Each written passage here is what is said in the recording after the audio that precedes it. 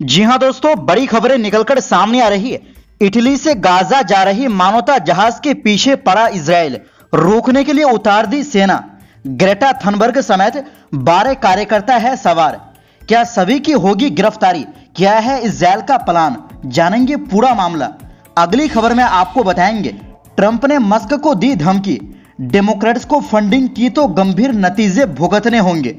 कहा एलोन के साथ अब रिश्ता खत्म। उधर मस्क ने भी संसद में बनाया प्लान। इसी के साथ आपको बताएंगे, हज का आखिरी दिन, कुछ हाजियों ने किया अलविदाई तवाफ। सब कुछ हुआ सुकून और इंतजाम के साथ। तो बिना समय गवाए बात करते हैं खबरों की। जी हां दोस्तों, इजराइल की नौसेना उस मानवीय मदद ले जा रहे जहाज मैडलिन को रोकने की तैयारी कर रही है, जो गाजा के समुद्री इलाके की तरफ बढ़ रहा है। तुर्की की सरकारी अखबार अनादोलू एजेंसी के मुताबिक इजरायली न्यूज चैनल 12 ने रविवार को बताया कि इजरायली नौसेना इस जहाज को जबरदस्ती अशदोद बंदरगाह की ओर मोड़ देगी, जो इजराइल में है। सेना की योजना है कि जहाज को गाजा के समुद्री इलाके में घुसने से पहले ही रोक दिया जाए। इजराइल का कहना है कि वो गाजा पर लगे समुद्री प्रतिबंध को लागू कर रहा है।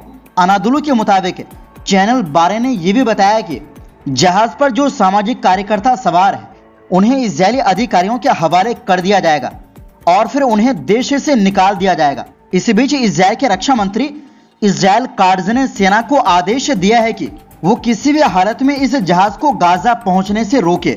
इजराइल पहले से ही कह चुका है कि वो इस जहाज को गाजा नहीं पहुंचने देगा, क्योंकि उसे डर है कि अगर एक बार किसी जहाज को जाने दिया गया तो आगे और भी जहाज मानवीय मदद लेकर आने लगेंगे, जिससे उसकी नाकेबंदी की नीति कमजोर पड़ जाएगी। चैनल 12 ने यह भी बताया कि क्योंकि मैडलिन जहाज को लेकर पूरी दुनिया में मीडिया रिपोर्टिंग हो रही है, इसलिए इजराइल ने फैसला किया है कि इस जहाज से जुड़ी हर कार्रवाई को सोशल मीडिया पर डाला जाएगा।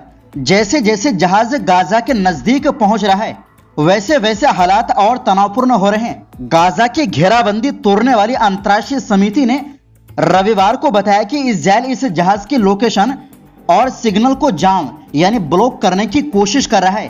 अनादोलू के मुताबिक इस समिति ने कहा, लगता है कि इजराइल हमारे साथियों की लोकेशन और सिग्नल को जाम कर रहा है। यह बहुत गंभीर मामला है, हम आपको अपडेट देते रहेंगे।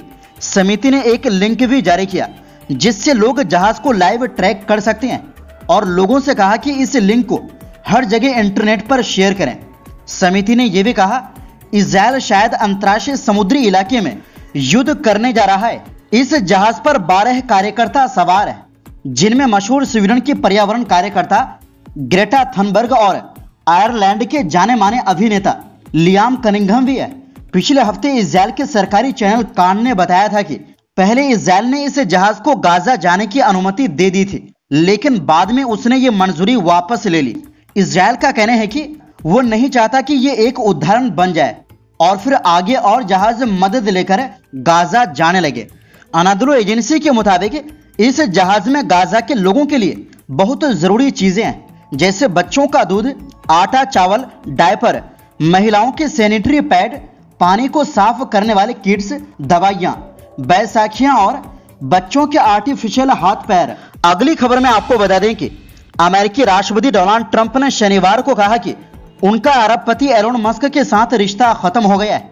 एनबीसी न्यूज से बात करते हुए ट्रंप ने मस्क को चेतावनी दी कि अगर विपक्षी डेमोक्रेट्स का साथ दिया तो गंभीर नतीजे भुगतने पड़ेंगे। CNN की रिपोर्ट के मुताबिक ट्रंप और मस्क बिग ब्यूटीफुल बिल को लेकर आमने सामने है। ट्रंप इस बिल के समर्थन में है, जबकि मस्क खिलाफ। यह बिल हाउस ऑफ रिप्रेजेंटेटिव्स में 22 मई को सिर्फ एक वोट के अंतर से पास हो चुका है। इसके समर्थन में 215 और विरोध में 214 वोट मिले थे। अब यह सीनेट में विचाराधीन है, जहां इसे 4 जुलाई 2025 तक पास किया जाना है। मस्क अब ट्रंप के इस विधेयक के रास्ते में बड़ी रुकावट बनते दिख रहे हैं। ट्रंप का दावा है कि यह देशभक्ति से भरा हुआ कानून है।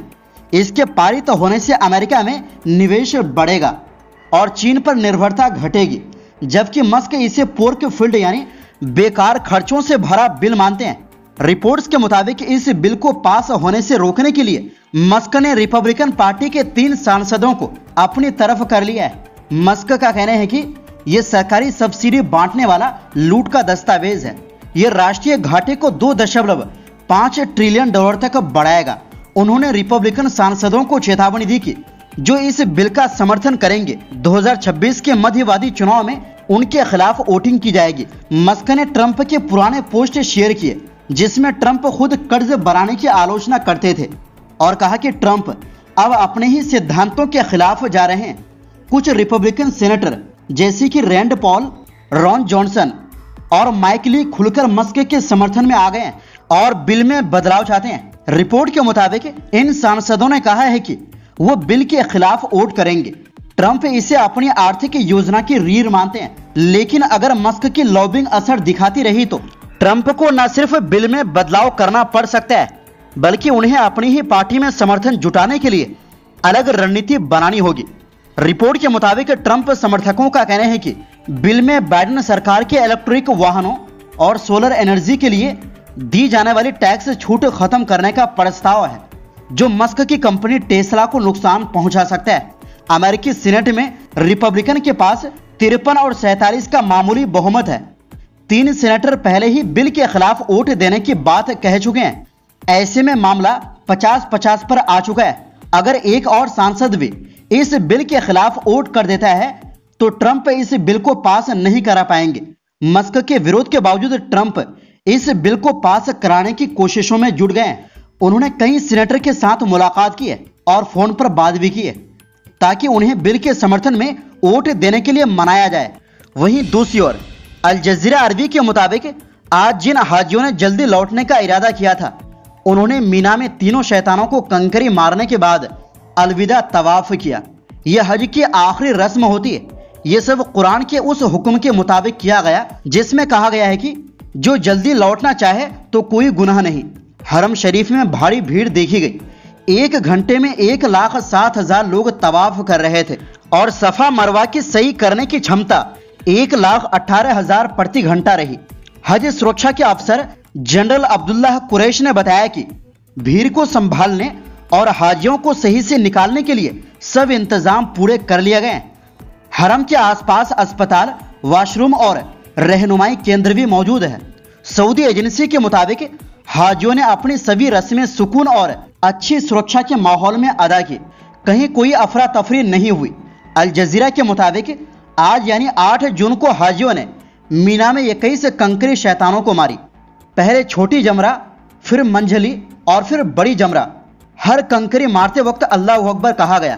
कुछ हाजी जो देर से लौटेंगे उन्होंने आज हरम में तवाफ इजाफा किया। यह हज की जरूरी रस्म है। इसके बाद उन्होंने सफा और मरवा के बीच सही भी की। अय्याम तशरीक यानी ईद के बाद वाले दिन 3 दिन हाजियों को मीना में गुजारने होते हैं। हज 4 जून से शुरू हुआ था। बुधवार को मीना में रहे, गुरुवार को अरफात में दुआ की और मुजदलिफा में रात बिताई। शुक्रवार को शैतान को कंकरी मारी और तवाफ इजाफा किया। शैतान को कंकरी मारने की रस्म हजरत इब्राहिम अलैहिस्सलाम की याद है, जब शैतान ने उन्हें बहकाने की कोशिश की थी। इस साल करीब 16,73,000 हाजी हज करने सऊदी अरब पहुंचे हैं। तो दोस्तों फिलहाल के लिए इस रिपोर्ट में बस इतना ही। इस पर आपकी क्या राय है कमेंट बॉक्स में जरूर दें।